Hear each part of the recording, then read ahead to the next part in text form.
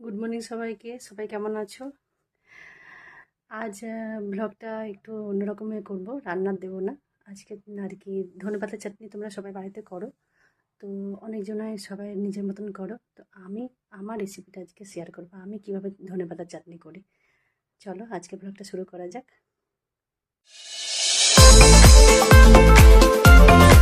প্রথমে একটুখানি তেঁতুল আর কি ভিজিয়ে রেখেছিলাম, অনেকক্ষণ এরকম ভেজানো আছে। এবার ধনে পাতাগুলো ভালো করে ধুয়ে নিতে হবে, অনেক আর কি বালি থাকবে, বারবার দিয়ে ভালো করে ধুয়ে নিতে হবে।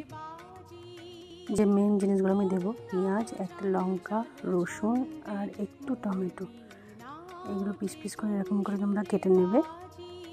কেটে নেওয়ার পর মিক্সিতে এগুলো দিয়ে দেবে আগে, তারপর ধনে পাতাটা পুরোটা দিয়ে দেবে, তারপর ভালো করে পিষে নেবে। এই দেখো ফাইনাল লুক। শুধু খেয়ে দেখো, একটু নুন দিয়ে ভালো করে খেয়ে দেখবে কেমন টেস্ট লাগবে। তোমরা বাড়িতে প্লিজ সবাই করো, আমার রেসিপিটা একবার ট্রাই করো, সবাই ভালো লাগবে। সবাই ভালো থেকো।